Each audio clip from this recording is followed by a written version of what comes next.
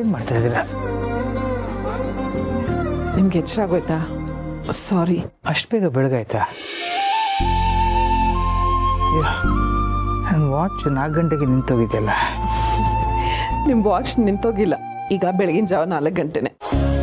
ಓ ಹೌದಲ್ಲ, ಟೈಮ್ ಓಡ್ತಾನೆ ಇದೆ, ನಿದ್ದೆ ಕಣ್ಣಲ್ಲಿ ಗೊತ್ತಾಗಲಿಲ್ಲ. ಹೌದು, ನೀವು ಇಷ್ಟು ಬೇಗ ಎದ್ದು ಸ್ನಾನ ಮುಗಿಸಿ ಏನು ಸ್ಪೆಷಲ್ ಇವತ್ತು? ಮದುವೆ ಆಗಿರೋ ಪ್ರತಿ ಹೆಣ್ಮಗಳಿಗೂ ಇವತ್ತು ವಿಶೇಷವಾದ ದಿನ. ಶಿವ ಪಾರ್ವತಿನ ಮದುವೆ ಆಗಿದ್ದ ದಿನ, ಭೀಮ್ನ ಅಮಾವಾಸ್ಯೆ. ಇವತ್ತಿನ ದಿನ ಪ್ರತಿ ಮುತ್ತೈದೆಯರು ಅವ್ರ ಗಂಡನ ಆರೋಗ್ಯಕ್ಕೋಸ್ಕರ, ಆಯುಷ್ಯಗೋಸ್ಕರ ಪೂಜೆ ಮಾಡ್ತಾರೆ.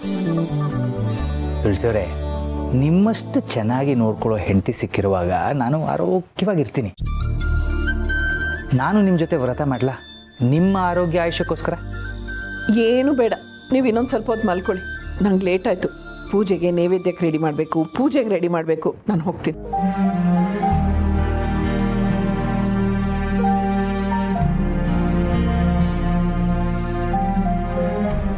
ಅಯ್ಯೋ ತುಳಸಿಯವ್ರ, ಅದನ್ನ ಯಾಕೆ ಸರಿ ಮಾಡ್ತೀರಾ ಫೋಟೋನ? ನೀವು ಆ ಫೋಟೋ ಕಡೆ ನೋಡಲೇಬೇಡಿ. ಆ ಫೋಟೋದಲ್ಲಿರೋದು ನೀವು ಅಂತ ಅನ್ಕೊಳ್ಳೇಬೇಡಿ. ಸರಿ, ನಾನು ಹೋಗ್ತೀನಿ. ತುಳಸಿಯವ್ರೆ, ನೀವ್ಯಾಕೆ ಇಷ್ಟು ಅವಸರದಲ್ಲಿ ರೂಮಿಂದ ಹೋಗ್ತಾ ಇದ್ದೀರಾ ಅಂತ ನನಗೆ ಗೊತ್ತು. ರಾಧವ್ರು ಇಲ್ಲಿ ಬರ್ತಾರೆ ಅಂತ ತಾನೆ?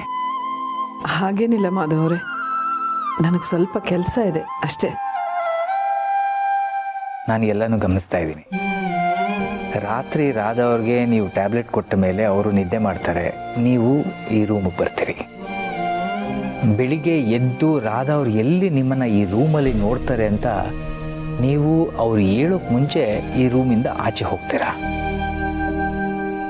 ಮಾಧವರೇ, ರಾಧಾ ಅವರು ನನ್ನನ್ನು ಇಲ್ಲಿ ನೋಡಿದ್ರೆ ಸುಮ್ಮನೆ ಆತಂಕ ಪಟ್ಕೋತಾರೆ. ಹಾಗಂತ ಅವ್ರಿಗೆ ಹೆದರ್ಕೊಂಡು ಎಷ್ಟು ದಿನ ಅಂತ ಹೀಗೆ ಕದ್ದು ಮುಚ್ಚಿ? ಹೆದರ್ಕೋತಾ ಇಲ್ಲ ಮಾಧವರೇ, ಪರಿಸ್ಥಿತಿಗೆ ಹೊಂದ್ಕೊಂಡು ಹೋಗ್ತಾ ಇದ್ದೀನಿ. ಸರಿ, ನಾನು ಹೊರಡ್ತೀನಿ.